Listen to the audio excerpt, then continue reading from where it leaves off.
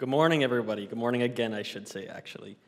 My name is Nolan O'Brien, and I am the student trustee here at UMass Boston. 1 year ago, I stood on this stage attempting to introduce the leader of our campus. I expounded upon vague and lofty notions of the astounding opportunities that awaited students attending the University of Massachusetts, Boston. But even as I stood there addressing all of you, a newly minted sophomore just beginning my first term as student trustee, I can easily say now that I was largely ignorant of the extent of the opportunities sprinkled around this campus. It wasn't until nearly a year after the 2013 fall convocation and halfway around the world that it hit me how truly valuable an education our students receive. During my sophomore year at UMass Boston, I took and passed some amazing classes with world-class faculty. I helped raise money in honor of Crystal Campbell and the UMass Marathon team. I got involved in construction debates for the future of our campus, and I spent 10 amazing days in Japan with 22 fellow students and 2 outstanding professors. 2 of them are here today, this morning. But my past year is only a snapshot of the unique and fulfilling opportunities that are around every corner of our growing campus.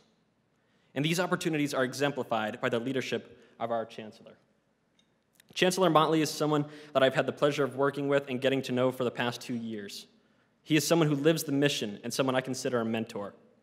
As we delve into our 50th year as an institution of public higher education, and Chancellor Motley enters his 7th consecutive year as our dauntless leader, I am more than confident in the bright future of our campus and the generations of families and individuals it will inspire.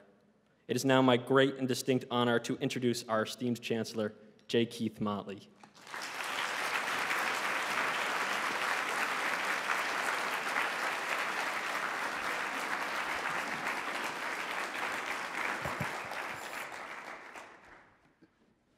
Good morning, everybody.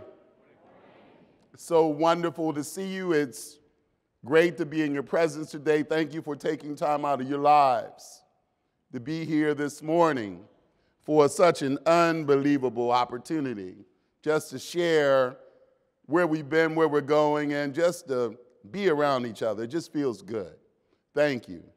I also want to say to our trustee, Trustee O'Brien, thank you for exhibiting what it means to be a University of Massachusetts Boston student, a leader, a developing person who's going to touch the world in so many ways.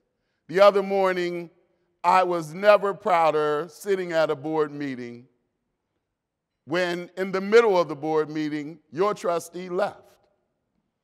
And he left because he had class. And he knew it was important for him, not only the symbolic nature of his leaving, but it was important to him to make sure that he gets from this institution every drop to take it forward into the future, because he understands that we're preparing now for a lifetime of contribution. And I'm so grateful for that model of excellence, and thank you, thank you, thank you. Let's give him a round of applause.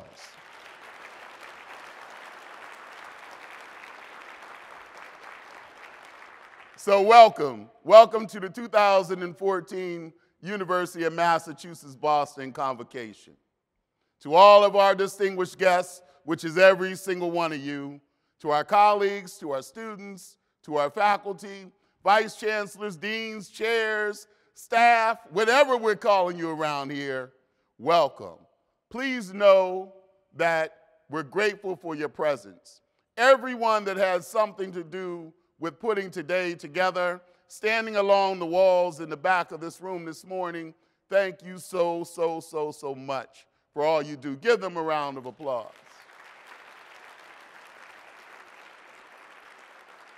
I am so excited that we'll be welcoming our keynote speaker, Federico Maillard, today, the former director of the General of UNESCO, and the current chairman of the Foundation for a Culture of Peace.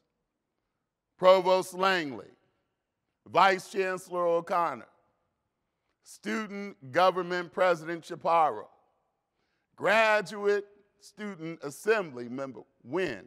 Thank you. You know, it's great to see you still around here active and involved, man. Thank you for that.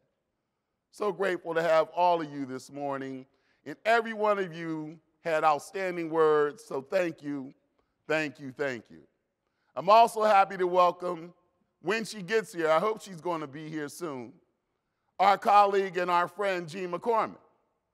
She's the president of the Edward M. Kennedy Institute, and right over here on our campus.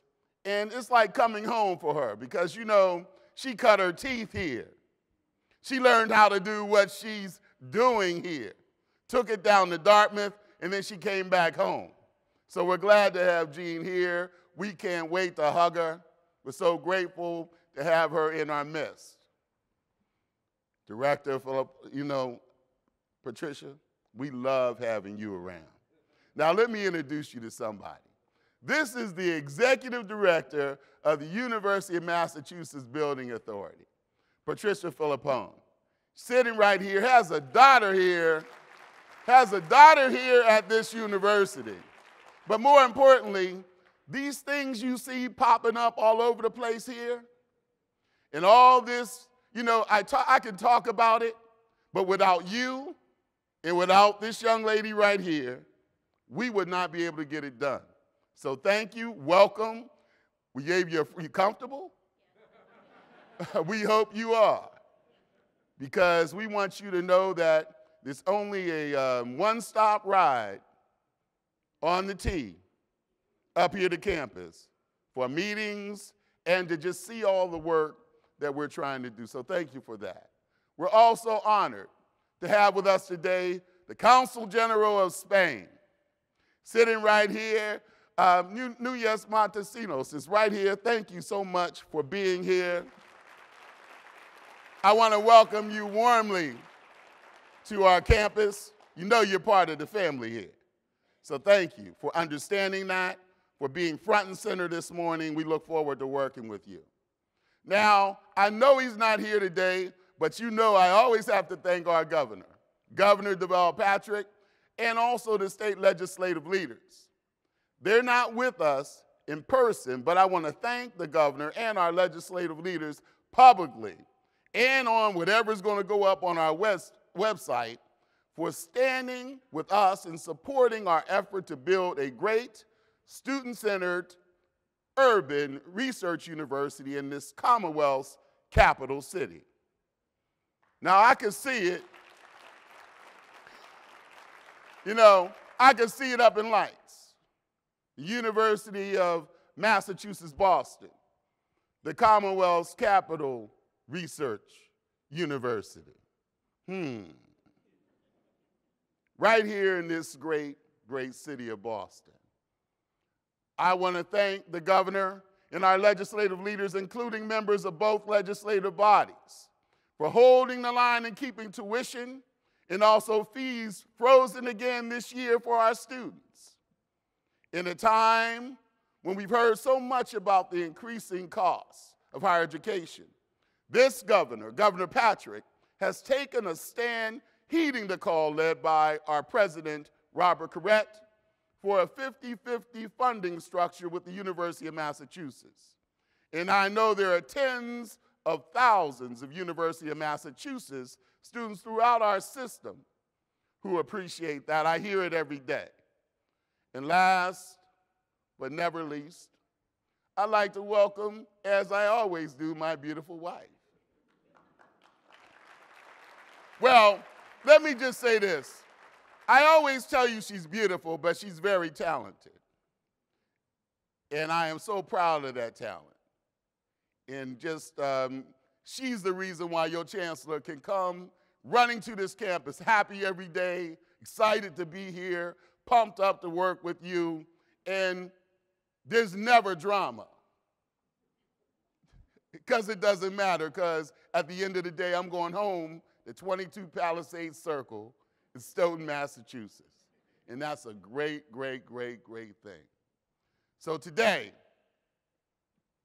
as was mentioned earlier, it marks the 13th anniversary of the tragic attacks which took the lives of so many in New York City, Washington, D.C., and Shanksville, Pennsylvania. So commemorate this day and the many lives lost. Won't you just join me in a moment of silent memorial?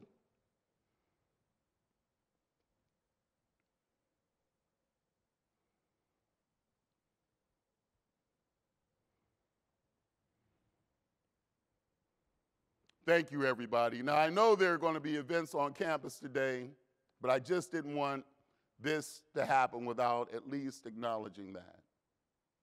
Now, thank you so much for joining us. And may I remind you that 2014 marks an unbelievably significant milestone for us, our 50th anniversary of existence as the University of Massachusetts, Boston. Yeah, that's something to celebrate. Hey, now, you know I'll celebrate anything. So when they gave me 50 years to talk about, that's an amazing thing for us to talk about everywhere that we go. We're not alone in marking this year as our 50th anniversary. In April, Ford Motor Corporation celebrated the 50th anniversary of the introduction of the Ford Mustang. For all you Mustang drivers out there, they did that at the New York's World Fair. July 2nd marked the 50th anniversary of the signing of the Civil Rights Act of 1964. Also, yes. Hey, in July, Roxbury Multi-Service Center celebrated their 50 years of doing unbelievable work in our community. Hey, even last week marked the 50th anniversary of President Johnson's signing of the American Wilderness Act. Now, and for some of you all, tomorrow marks the 50th anniversary of the Beatles' invasion of the old Boston Garden. Now, hey, some of you won't admit it, but you were there screaming your heads off. It's okay to admit it now. It's okay to admit it. In October, the Boston Charles Regatta will celebrate its 50th anniversary. Last month, we received the retirement notice effective September 1st for Professor Robert Wiener of the Political Science Department, who began his work with our legacy institution, Boston State College, on August 30th, 1964. He waited till 50 years to retire from his service with us. And you know he's not retired. Finally, I want to say that one of our youthful-looking faculty members, Karoy Cuff Ferguson of our College of Public and Community Services, celebrated his 50th reunion from high school this year. But hold up. He reminds me when we talk that while it might have been 50 years, he was joined in that celebration by his classmate, an astronaut, Charles Bolden, who presently serves as the head of NASA. They finished as number 1 and number 2 in their class, and he reminds me that he was the valedictorian and Bolden was the salutatorian. That's right, our faculty outrank even astronauts. And that speaks to the caliber of those faculty and those staff and all of you in this room who serve our students in and out of the classroom each and every day. You are second to none. Each and every one of you in this room are second to none. And you should know that. I wasn't surprised that he was first in his class. I would have been surprised that he wasn't first in his class. Because I know what I work with every day around this institution. Now, 50 is normally, as you know, a peculiar time in the human lifespan. It's that time when one begins to feel some creaks in their body. You know, I had to go through that a little bit. You start to break down. Some things you can't do like you used to do, so it might be a little erosion, achy joints, muscles, and your eyes don't work. I remember it happened to me in a restaurant. I couldn't read in the dark. I was the guy that used to read the menu. Couldn't read it anymore. All kinds of physical challenges start to happen. But on the other hand, it's also a time when our self-acceptance and our self-understanding settles in and when we become, as it were, comfortable in our own skin. Start doing and saying and acting and all those things that you wanted to do and wanted to say, you start doing them in a way that you should have been doing a long time ago. These transformations, properly embraced and adapted, help to see the trajectory for the rest, and they set the trajectory for all of us for the rest of our lives. And so as our 50th year of existence loomed on the horizon, we also began to see here on campus some signs of physical decay and breakdown. That's a nice way to put it. Yet, we also embraced in a new way our urban mission and importance to this region, nation, and world more tightly, and determined that, indeed, 50 is the new 30. So, in this, our 50th anniversary, we are engaged in what might be described as an extreme makeover. Through strategic and through master planning, we are transforming ourselves to better fulfill our mission and to meet the challenges of the 21st century. This year, we celebrate our wonderful labor of love in which we have been engaged for 50 years. 50 years of teaching, research, and service. 50 years of creating and expanding access for students who might otherwise be excluded. 50 years of grappling with the critical issues that our communities encounter, and 50 years of forging collaborative solutions. 50 years of studying, commenting, and contributing to the Commonwealth's culture, the cultural environment, politics, and to this economy. This relationship of ours with the world has encompassed hope, adoration, conflict, and communion, a day-to-day labor of envisioning, aspiration, planning, budgeting, communication, and execution. The dedication of members of our campus community to make this great university an exceptional place of higher education learning is obvious. But I encourage all of us to step back. Step back for a moment to appreciate the road we've traveled, the accomplishments we've made together, the significance of this, our golden anniversary.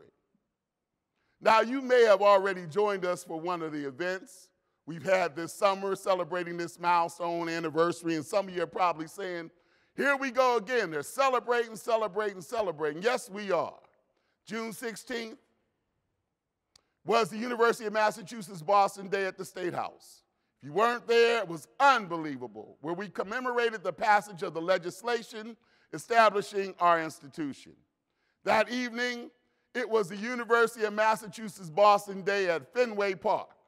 Now, we came over to the park that day with our students, our alumni, our faculty, our staff, and our administration, and we took over the park, and the Red Sox even won that night. They beat the Twins that night, and I had to even say, great job, Red Sox. Go Red Sox that night. Our 50th anniversary block party on June 18th was the day that we signed the legislation. Years ago, to that day, Governor Peabody signed it on that day, was right out here on our track in soccer field. These were great activities, and we had a lot of fun together, but I want all of you to know that we're far from finished with those festivities. On October 7th, I need your help. We're going to take over Boston Commons. We're going to host Campus on the Common, a celebration where the University of Massachusetts Boston will briefly return downtown and take over that common. I'm going to kick it off that morning by leading a procession that will include many of you from the State House to the Boston Common for a ceremony that will include special music, remarks by key dignitaries, including Dr. Victoria Reggie Kennedy. During the afternoon, we'll welcome the public to a series of what we're going to call tent talks. And you all are going to be in those tents. They're going to be led by university faculty members. It's going to be a memorable day for our entire university community. But I got class that day. I got to teach. I can't get there. Buses will be running back and forth the campus all day. Come for some, a little bit, all of it, whatever you can, show up. Show up to support your university. Tell somebody about it. Come down there. Show some pride in this university. You have gifted it with your life. Let's go downtown and just turn it out. Later this year, we're going to release a commemorative book that draws on interviews with University of Massachusetts Boston, alumni, students, faculty, staff, and administrators to tell the stories of our institution over its 50 years. Next spring, our annual fundraising gala will be centered around recognizing this landmark anniversary. Finally, the celebration of the 50th will culminate, as does every academic year, with commencement. However, this year's historic commencement will take place not on our campus center lawn, but downtown in the city at the iconic TD Bank Garden. So we're going to take over the new Boston Garden, as they call it, for our commencement, and that's going to be a spectacular day. So as we celebrate, you can clap for that. I saw you want to clap for that. I know I get intense when we talk about this stuff, but listen, as we celebrate, we're also making, as you know, as Ellen and others said, a lot of physical changes that will transform our campus for years to come. I know that when I talked about them years ago, some of you told me, oh, it hasn't happened in 40 years. How's it going to happen now? It's happening all around you. It's happening all around you. The new integrated science complex, poised at the main entrance to the campus, the new face of our campus, is almost ready. Some of you said, well, it's not open yet. It's a lot closer to opening than it was 40 years ago. You know, I don't see it that way. Oh, Chancellor, it's not open. You act like there wasn't a hole put in the ground and the building hasn't started going up. Well, she should be asking me when that one's going to open over there and what's the next one. And so, that newest and largest, it's the newest and it's going to be the largest public research facility in Greater Boston. Do you know that? And I know it's going to win awards for how beautiful it is. Your campus. Do you know how stunned people are when they come on campus? And I'm so glad they have to ride around in a circle and stop and look. They are stunned. So our faculty will be moving in there. I went in there. The signs are up. Your names are on the walls. You've already picked out your offices. I saw where some of you are moving. You're moving pretty good. Looking pretty good. And so you're going to be in there, and our students are going to be there in the spring. And then next fall, before I get to that, let's talk about the Edward M. Kennedy Institute for the United States Senate. It's going to be a wonderful addition to our campus. It's planning an official opening. It's going to go, there's lots of dedication events for that institute. It's going to go from March 29th to April 5th. I'm going to let Jean announce all that stuff. But I do know that part of that is a dedication. And lots of folk from White House are planning on being up here and from Washington. So keep your eyes open for that. Now, if you were away this summer and you came back, you might have noticed that the harbor site skyline is dominated by a new soaring structure. And that structure is General Academic Building number 1. I keep on telling you I need a better name than that. Ellen O'Connor's building, Provost Langley's building. We need a great name for that, a great donor, so we can get away from calling it GAB1. We will open it next fall. It will be one of the greatest harbor views, as this campus is, in this great city. And finally, as Ellen mentioned, a less flashy but extremely necessary construction project to build a new utility corridor and remove our utilities from the failing substructure. You know, our founding contractors put our stuff in the middle of something that was falling down. We have to correct it. If you saw Chronicle, we were out here, we came to a place that had one building on it, no roads. Morrissey Boulevard was called Dump Road. And they thought they had got rid of us. And look at you. Your resilience has moved us, and moved us, and moved us. And so, we're going to have bikeways, as was mentioned, friendly ways to get around the traffic, harbor walks. We're going to be able to move between JFK Library and Harbor Point Apartments. We're going to provide greater access and enjoyment at our precious waterfront in this area. Understand how precious it is. So I know that the pace of construction has presented challenges. I'm thankful for all of your forbearance. Please always keep in mind that these short-term inconveniences will have long-term payoffs for our students, our faculty and staff, and most importantly, in making the University of Massachusetts Boston an even better place to learn, teach, and work. We are in the process of becoming a destination point for visitors from all around the world.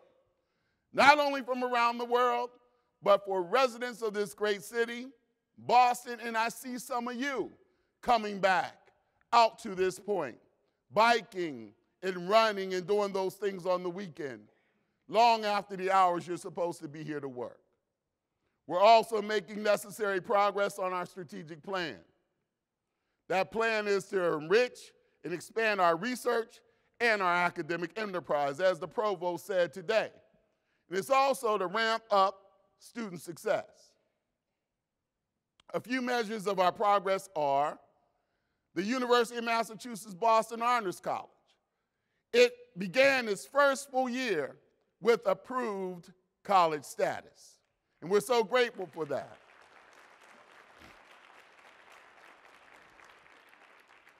So you heard about one of our trips, but as part of a year-long cross-cultural symposium for juniors and seniors entitled International Epidemics, the Honors College sent a group of students to South Africa with our great Dean Sturkoff, who went there with them, and they were there to witness the realities of healthcare delivery around the world. Thank you, Dean, for doing that. Thank you to those students. Give her a round of applause. The School for Environment and the School for Global Inclusion and Social Development are welcoming more new students into their college. The College of Public and Community Service is offering a new major in community development to train students in the expertise and skills they need for careers and further study in creating and maintaining health-safe and sustainable communities.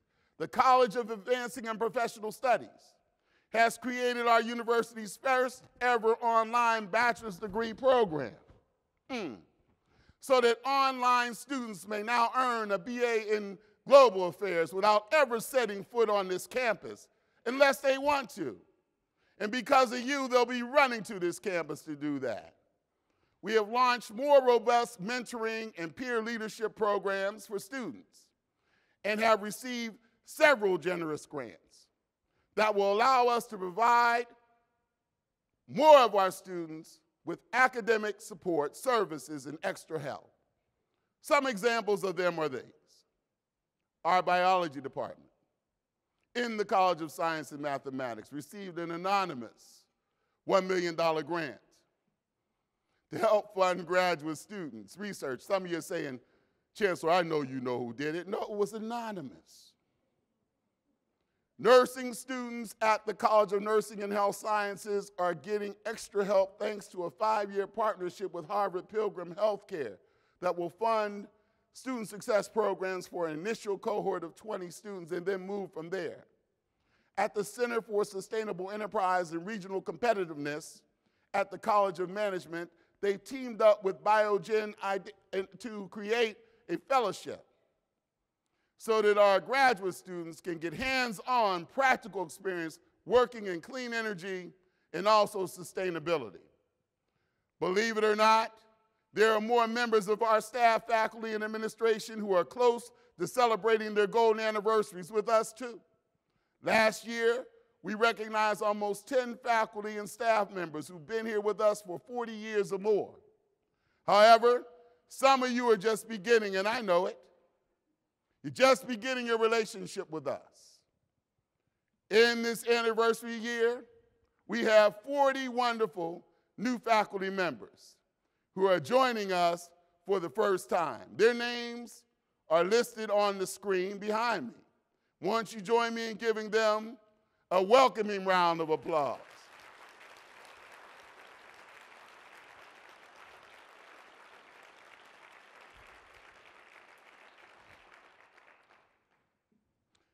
We also congratulate 26 faculty members who received tenure. Let's give them a round of applause. 26.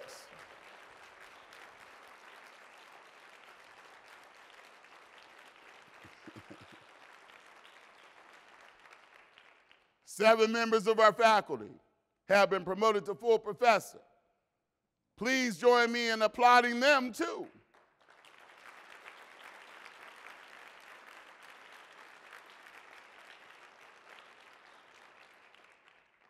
I'm also, as the provost said, we have 3 new deans of the respective colleges this fall. David Turkler, I saw him somewhere back there.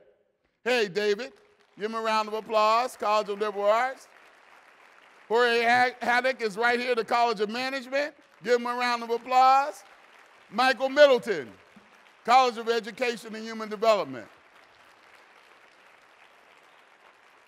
Hot off the stove and hot off the wire, we're going to welcome Lisa Johnson to her role as Vice Chancellor for Enrollment Management.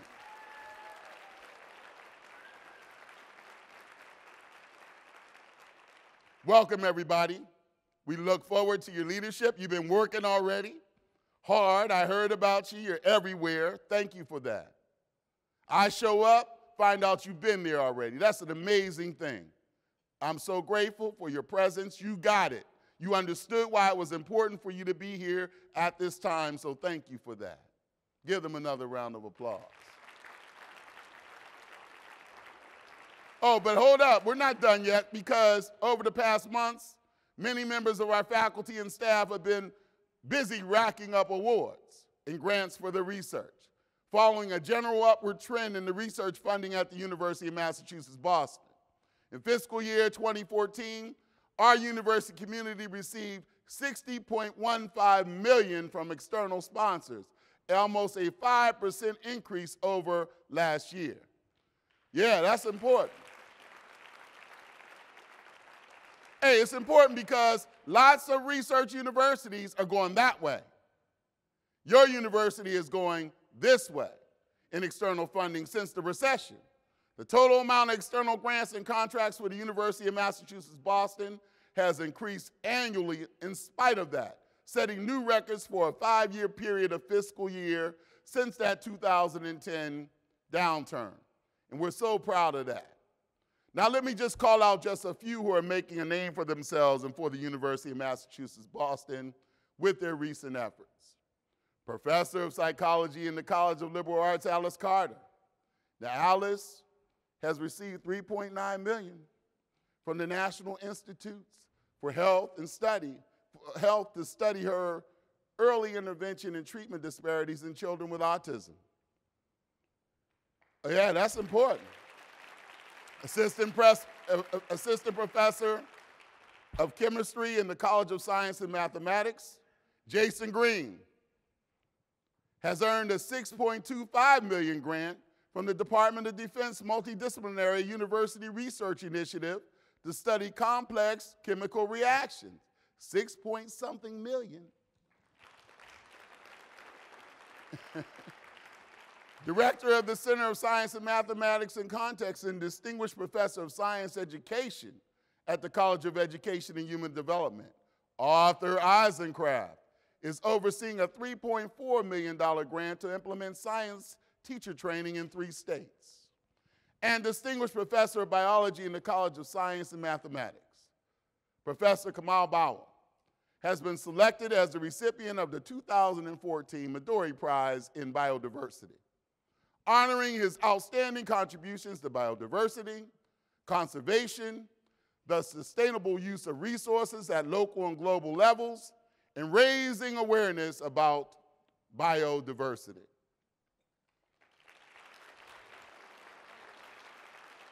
So last spring at commencement, we honored the excellence of 3 members of our faculty who made a profound impact on our university community. I was very proud to present the Chancellor's Award to Elizabeth Fay of the College of Liberal Arts for Distinguished Scholarship, to Robert Chen of the College of Science and Mathematics for Distinguished Teaching, and to Catherine Lind of the College of Liberal Arts for Distinguished Service. Now, you know Dr. Lind has retired and moved on to the next steps, but in her journey, Dr. Chen apologizes for his absence because he's teaching a new graduate class, which he described as a new invention, a core course for the School of the Environment. So as you can see, he's still at it, breaking new ground in the enterprise of teaching and of learning. I commend all of you in this room for your outstanding work and your great contribution to the mission of this university, the students that we serve, and the world that looks to us for leadership. And of course, we look forward to hearing from you at the Distinguished Faculty Lecture in December. Those folk will speak to us. Part of that is they will have their distinguished lecture in December, and I can't wait for that. I'm proud of your accomplishments and renown that all of you have earned. In working in tandem with you and with equal fervor and dedication to our university are the amazing members of our staff. This staff without whom there would be no grants, no new buildings, no 50th anniversary celebrations, and when it comes right down to it, no University of Massachusetts Boston. We couldn't have that without our staff. This summer, members of that talented staff worked in that sunshine, and they successfully hosted another round of summer students, tag campers, Camp Shriver children, earning praise from our community members and the campers' parents. One of those campers' parents said, "We are thrilled that there is an opportunity for our daughter to even go to a summer camp in her community. We are very happy that there is a patient staff who hangs out with Delilah, and we're happy that she exercises and enjoys herself. Isn't that what summer is all about?" You know, as we get older, those summers get faster and faster. We want them to be slow for our children. We want them to enjoy them, just as we did, and put those in that memory bank, cash them in as we go along. We wouldn't have these happy campers without that hardworking staff who know what summer is all about and who go out of their way for the kids on our campus. I also like to congratulate Maureen Kelly in the biology department and Deborah Cohen from our University Health Services, the winners of this year's Chancellor's Achievement Awards. They didn't stop. They're continuing to work and do the work that brought them that recognition. I truly appreciate the way you both set the tone for all of us. So now you know the U.S. Postal Service has an unofficial creed that states, "Neither snow nor rain nor heat nor gloom of night stays these couriers from the swift completion of their appointed rounds." When I heard this, I came to expect attributes like reliability, punctuality, and endurance from persons who work with the mail. What I didn't anticipate from the person who delivers my parcels was that he would be the best dressed, most dapper, smooth, and suave gentleman on campus and maybe in the city. Jerry Wooten, who's down here today.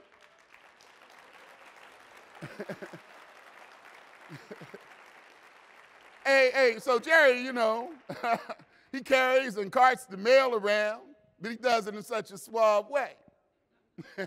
Quiet, dignified manner, adding to the unique verve of our university community. I love walking around and watching you all and how you do your work and how you sort of stride around. So Jerry's just like that. And if you think you've seen his best, then he drops one of them hats on you when he's walking around here. That makes the rest of us say, why didn't I do that? And so, Jerry Wooten, stand up again. You stood up quick, man. Thank you for all your example of excellence for this university and for doing what you do. And by the way, this young man has a daughter who is doing advanced work for the president of this great United States. And so I'm very proud, Jerry, of your daughter, you, your family, and for your daughter taking care of our president. Thank you so much.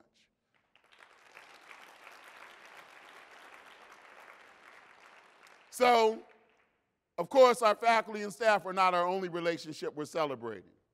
1 year from now, we will welcome our 50th class of students. 50th class of students will be here. In our earliest days, we welcomed in the class of 1969, 1,227 students who hailed largely from Greater Boston, probably mostly from across the street, and quite frequently were shut out from attending other more established universities because of their income and because of their social class.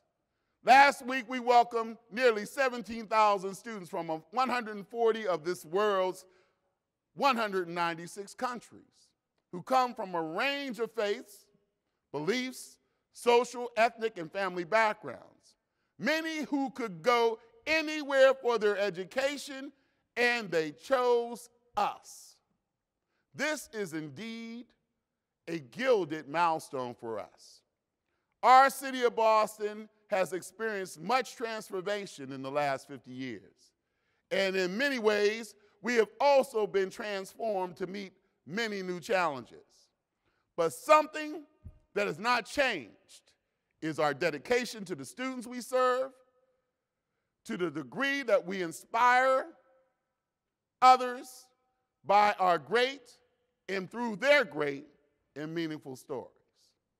Now, one advantage of being a relatively young university is that our relatively young alumni are loudly telling their stories in every corner of the world, which they've landed. And it's amazing when you go around the world and encounter someone proudly shouting that they've come from the University of Massachusetts, Boston. Stories such as that of Robert White, class of '69, who came to us from the housing projects of Boston. His experiences here put him on the trajectory to become the co-director of the Upward Bound program in Boston, which has illuminated the pathway to college and excellence for thousands of others like him. In the mid-'70s, we encountered Mickey Roach, Bill Bratton, class of '75, and Paul Evans. These three students of criminal justice at Boston State could ultimately and went on to be police commissioner of Boston, and in the case of Bill Bratton, two-time police commissioner of New York, and former chief of the Los Angeles Police Department. Later, we became acquainted with Gina McCarthy. As you know, she was in our class of 1976, a young woman with a strong Dorchester accent, or Dorchester accent, however you all say it up here, who learned not only science, but how to get along with people she disagreed with. And in her words, everything she needed to know about attitude from us here at the University of Massachusetts, Boston, and who used that knowledge to work in conservation for many different political administrations, eventually ending up in Washington, D.C. as head of the Environmental Protection Agency.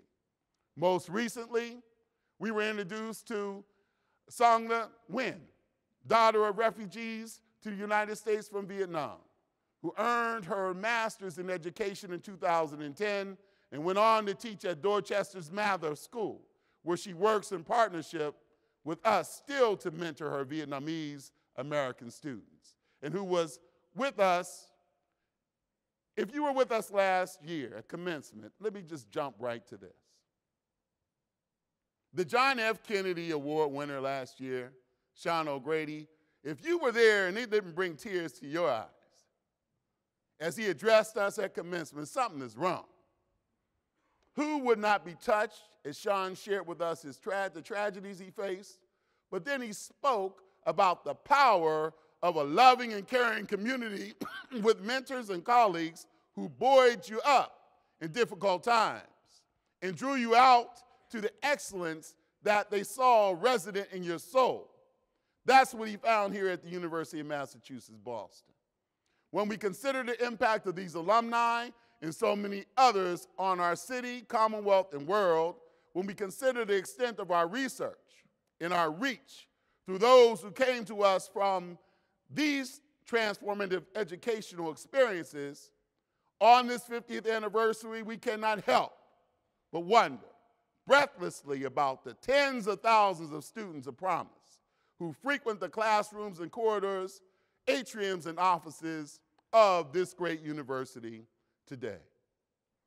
What can we expect from the 2014 John W. Ryan Award winner, Chantel Taylor, who comes to us from Las Vegas, Nevada?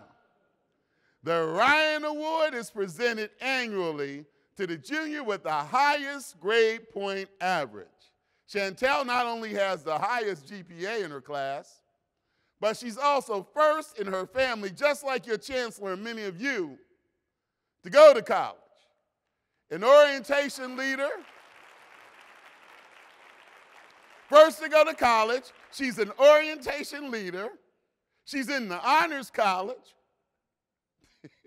She's from Vegas. I didn't even know the provost had scholars. You're a provost scholar. And on and on and on. I know, I'm going to say some more though. I got it up here. You're also a double concentration in finance and in management, right? Management information systems. That clicked. And also, you minor in dance.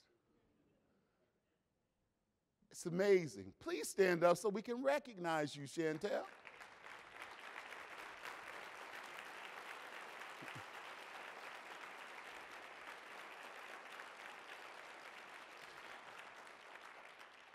Helen No from Chelsea. Helen No from Chelsea. She has never met a leadership position she couldn't take on. In her first year, she participated in the Freshman Leadership Institute, took over the Asian Student Center, and ramped up its membership. And then she was even crowned Miss University of Massachusetts, Boston. I didn't even know we had one of those. Last year, she was a peer mentor for incoming freshmen, and this year, she's a junior in the College of Liberal Arts and still finding ways to reach out and lead others. Claudia Perez, the first in her family to go to college, who was living with her 2 children in Rosie's Place before she began to take classes at Bunker Hill Community College and transferred to our university. And Claudia is set to graduate this year, also from the College of Liberal Arts. Matthew Conlon. Matthew's from Weymouth.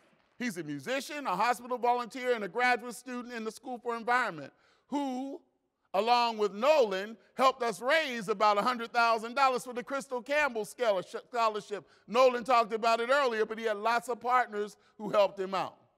Parfait Gasana and Wade Cedar, master's students in the McCormick Graduate School of Policy and Global Studies, who are holding a book drive for children in Rwanda and traveled there. Not just holding a book drive and sending it there. They traveled there, checked it out this summer to build those children a library for those books to go in. That's what we do. We don't even talk about it. Just talk about it. We go out and we sort of design for it. That's the University of Massachusetts, Boston. And we have in this incoming class of 2018, yet another new collection of students who embody that passion for making the world a better place, who need us to help them direct their fire and their spirit for change, who need us to help them uncover their gifts and fine-tune their skills, who need us to usher them into the sacred trust of a responsible world citizenship that beckons to them. The class of 2018 is the largest incoming class in the history of this institution, with more than 1,500 true freshmen. It consists of students from 27 states and 46 countries. And it boasts 125 Chancellor Scholarship students, an 18% increase from last year. Now, I know on their behalf, we will continue our work as facilitators and as actors on behalf of positive change, and continue to make a huge difference in our city, in our world. 50 years ago, we were a vision, an experiment in higher education, a university with few staunch supporters and many more detractors and naysayers and haters walking around this city and beyond. In 2014, can you even imagine the great city of Boston without the University of Massachusetts Boston? I can't. Can you imagine the world without the effects we've had on it? It's so very easy after 50 years to become bogged down in the details of running a university, administering a department, facilitating a class, correcting papers and grading, and trying to get a parking space. That we can lose sight of the greater work in which we're engaged. And that is one reason why we invited today's keynote speaker, Dr. Federico Bayar here, former Director General of United Nations Educational, Scientific, and Cultural Organization, or UNESCO, and current chairman of the Foundation of the Culture of Peace, to serve as a reminder of why we do the work we do. The end of World War II called for deep assessments about what had caused that tragedy. People raised attention to the many geopolitical, economical, ideological, and legal conflicts and contradictions that existed around the globe. Apart from these, there was one other explanation, that the war was actually caused by cultural factors, and that it is within the framework of these cultural factors that one should look for a permanent resolution of the problem of war and the human insecurity it causes.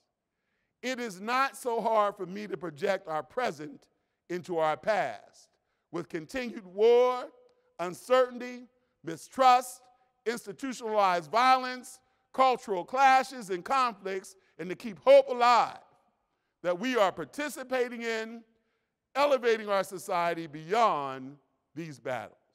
In fact, I was heartened by the example set this summer that Nolan talked about when our 23 students, including Nolan, went on a trip and traveled to Japan for 10 days, led by our great professor of political science, Paul Watanabe, and Honors College Dean Shrikov. In Tokyo, they bonded with students from Showa University and also visited Buddhist shrines and some museums. In Hiroshima, students heard from a survivor. And I've heard about this story. That's the first thing they tell me about, is what it felt like to talk to that survivor and listen to that person and the forgiveness in their heart. This trip was a life-changing, eye-opening cultural and educational exchange for our students. You know, exposure is the difference maker. When you're exposed to something, and you can take that experience and move it into the future, it's an amazing thing. While it's an extraordinary experience and the opportunity for students to travel to Japan to learn peace, respect, and understanding, I know that you are in the classrooms, offices, and corridors every day, communicating these values that bind our world together. So there is a special spirit to UNESCO that I believe we share as a public research university. We engage in helping to make new knowledge, new ways to deal with problems facing humankind, and we do so not through the work of a few, but through the collective commitment and work of all the collaboration of all of us in collaboration with one another here on this campus. This means nothing less than the education of all, everyone. It also means the education of all for local, national, and global citizenship, and the creation and maintenance of a public sphere through which the free flow of information, social and cultural criticism, enrich human development can be assured. Now, I want to reaffirm on this, our golden anniversary, that it is the work of the University of Massachusetts Boston, a world-class university, to represent and protect that spirit and to uphold and advance that sacred duty to the world. In so many ways, from that first class of 1969 to the one we welcome this fall, our institution has evolved to meet the challenges of a very different time. However, our dedication to our students' highest and best selves has not and will never waver.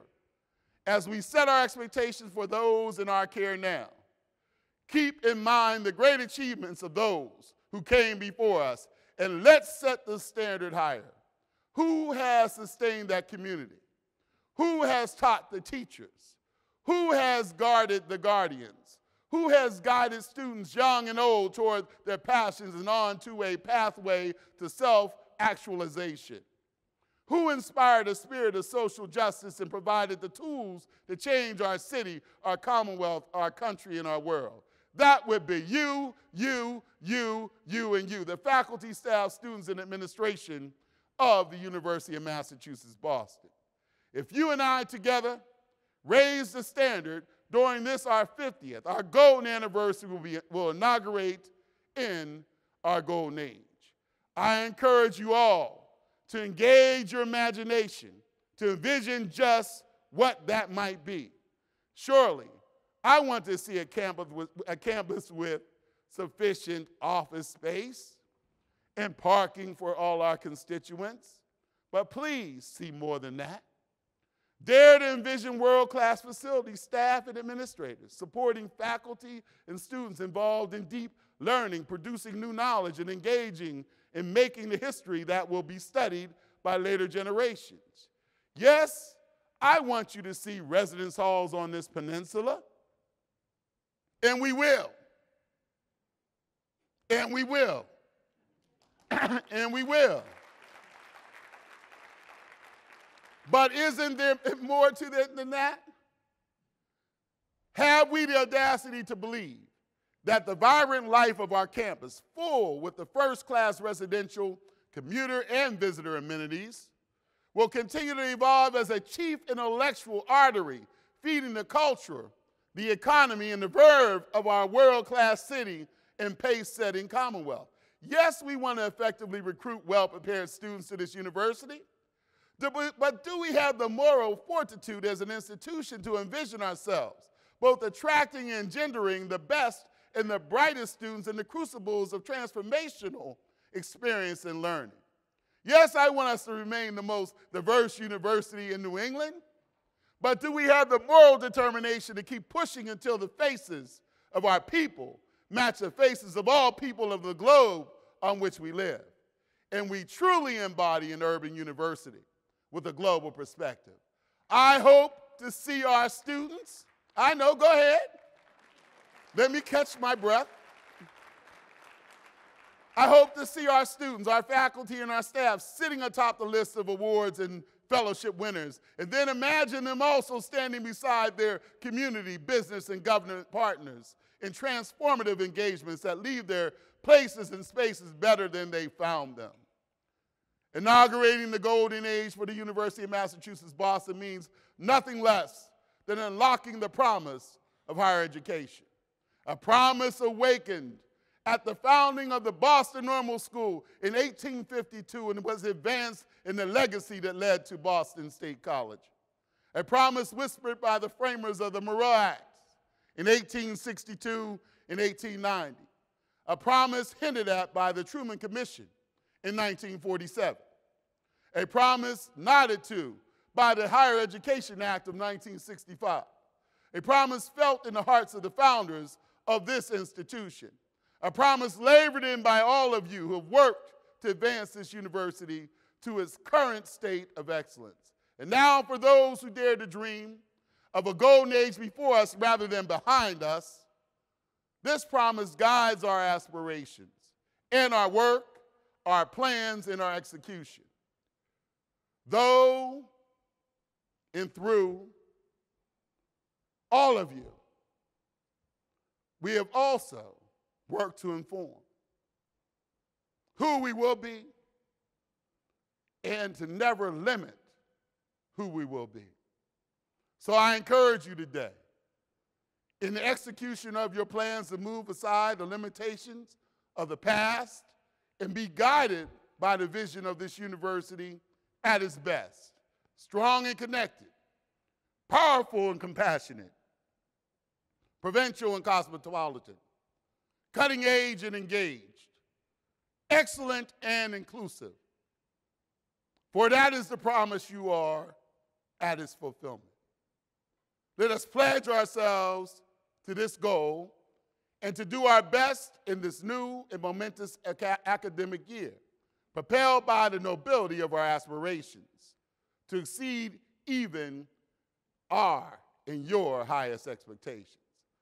I reiterate these words in your hearing because I know you believe it as much as I do. Now is the time. You are the people. This is the university. We will ride to whatever challenge someone puts in front of us. We're going to do it together. And because together we are the University of Massachusetts, Boston, I am so proud and honored and excited to be your chancellor. I can't wait to see what's next. Thank you, thank you, thank you, thank you.